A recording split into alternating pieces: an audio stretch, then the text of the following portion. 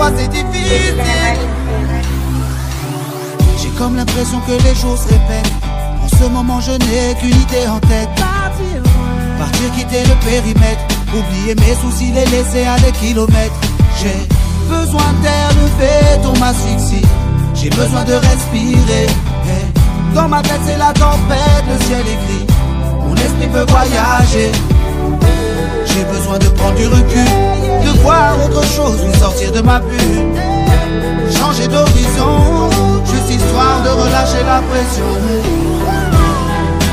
Parfois je m'isole, je pars, je m'évade, pour que mes pensées s'envolent, pour oublier ce qui me fait mal, mettre de côté ma peine, retrouver mes repères, débarrasser de ces jeux, plus regarder en arrière.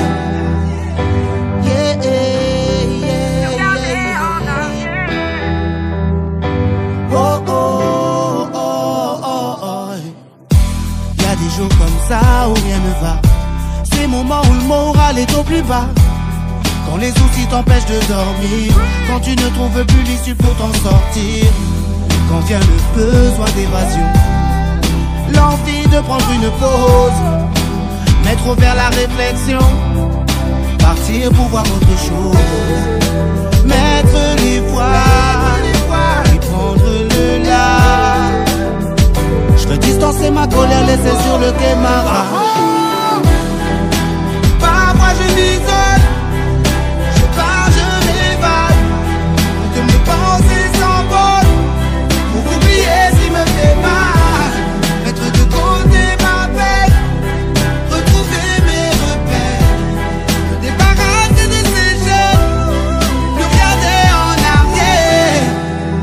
Je reste debout, je reste solide, je ne faiblis pas, même si parfois c'est difficile. Parfois la pression fait si mal à la tête et on s'interdit de pleurer. Quand l'optimisme se jette par la fenêtre et que tout finit par écœurer. Quand vient le besoin d'oublier ce qui fait mal, quand vient le moment de s'en aller, pour redécouvrir l'essentiel, le principal, quand vient le temps de se ressourcer. J'ai besoin de prendre du recul, de voir autre chose, de sortir de ma bulle, changer d'horizon, juste histoire de relâcher la pression. Parfois je m'isole, je pars, je m'évade, pour que mes pensées s'envolent, pour oublier ce qui me fait mal, mettre de côté ma peine, retrouver mes repères, me débarrasser de ces jeux, plus regarder en arrière. Yeah, yeah, yeah. Oh, oh, oh, oh, oh.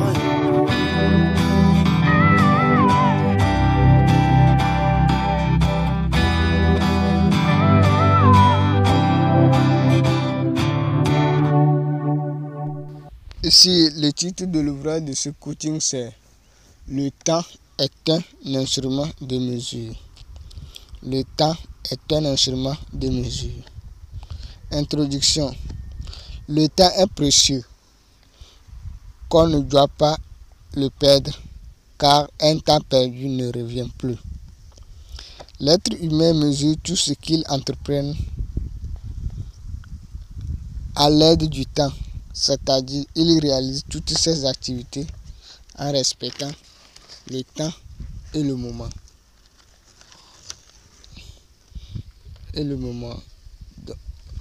On mesure le temps d'un projet ou d'une activité en tenant compte des imprévus appelés obstacles.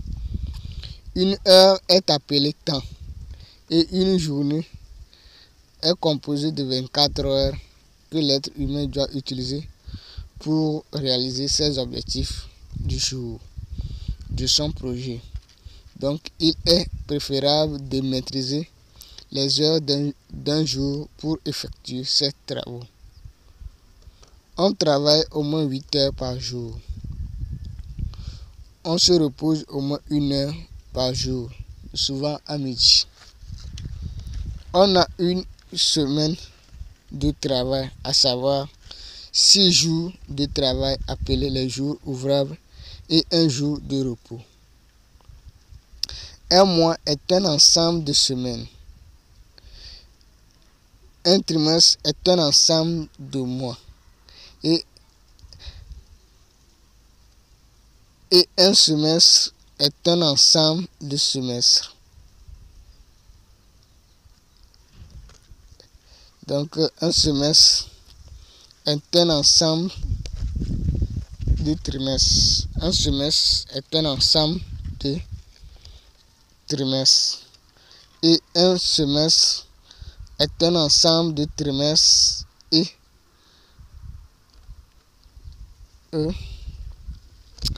une année est un ensemble de mois ou de trimestres ou de semestres. Donc on parle souvent le trimestre ça fait 3 mois, le semestre ça fait 6 mois. Et donc ça. L'être humain doit programmer en tenant compte du semaine, du mois, du semestre, du trimestre et d'une année pour réaliser les objectifs de son projet. Donc, il doit morceler l'année en trimestre, en mois, en semestre et en semaine, etc. 1. Projet. L'être humain doit d'abord maîtriser les heures d'un jour avant de commencer à réaliser les objectifs de son projet. Dans les villages, les cultivateurs ont un calendrier pour les heures du jour. Matin entre 7h à 11h30, ils exécutent leurs activités champêtres et entre 15h à 17h30, ils exécutent les activités champêtres le soir du jour. Donc, la matinée entre 7h à 12h30 ou 11h30, et tout le monde est dans son champ en train d'exécuter les activités de leurs projets respectifs. Et après, ils vont pour se reposer. Ils reviennent à 15h pour travailler jusqu'à 17h30 et ils rentrent à la maison. Donc c'est là où les heures ouvrables sont là et les heures de repos, ça se fait voir. On constate dans cette histoire les heures ouvrables les matins et les soirs des jours de la semaine, dont les travaux sont mesurés en fonction d'heures et de quantité de travail en respectant le fonctionnement de l'organisme de l'être humain. On constate aussi les heures de repos et les jours de repos. L'être humain doit réaliser les objectifs de son projet en respectant les heures ouvrables d'une journée et les heures de repos au cours d'une semaine de travail. Ainsi de suite jusqu'à la fin du projet. Chaque semaine doit produire une quantité de travail bien mesurée à l'aide du temps de la semaine. Par exemple, au village, un être humain qui cultive un carré de champ par jour sait que au bout de 6 jours, sans l'intervention de l'imprévu, il va exécuter 6 carrés de champ dans une semaine comme quantité de travail. L'être humain peut lui-même fixer les heures ouvrables ou ces jours ouvrables pour effectuer les activités de la semaine. C'est le cas des entrepreneurs. Donc eux-mêmes organisent leurs heures de travail. Ils ne suivent pas la tendance de la masse.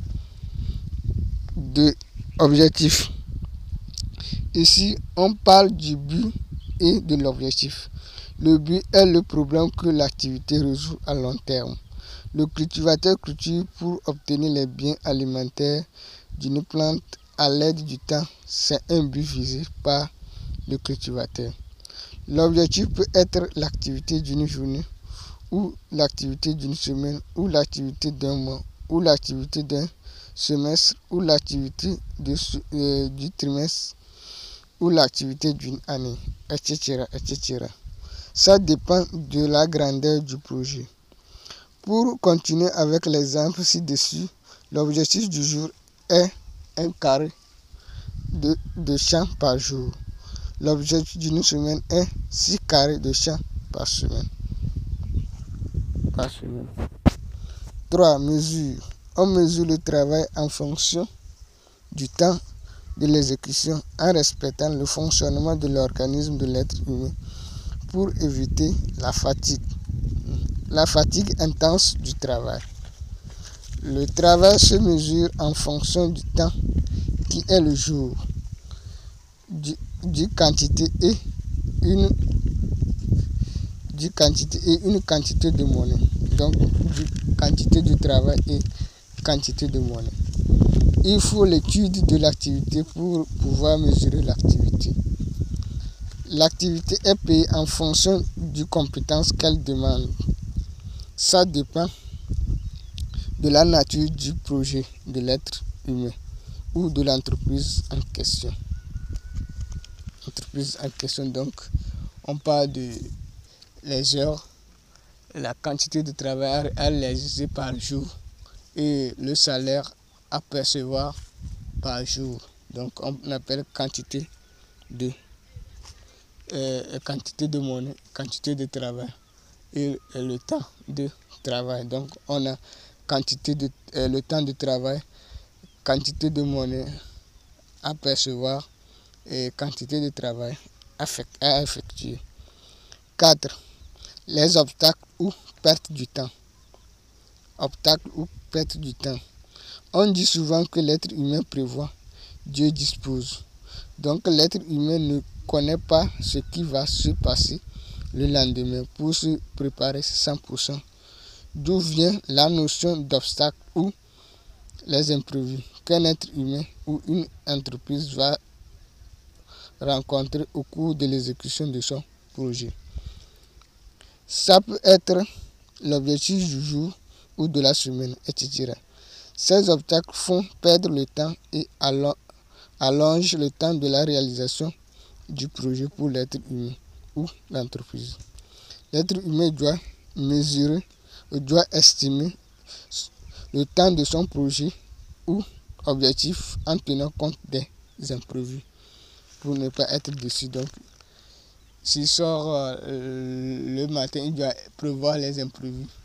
Donc, quel temps, donc, comment s'échapper à ces imprévus, comment arriver à réaliser son métier, ou comment bloquer l'activité de la journée pour pouvoir résoudre le problème de l'imprévu.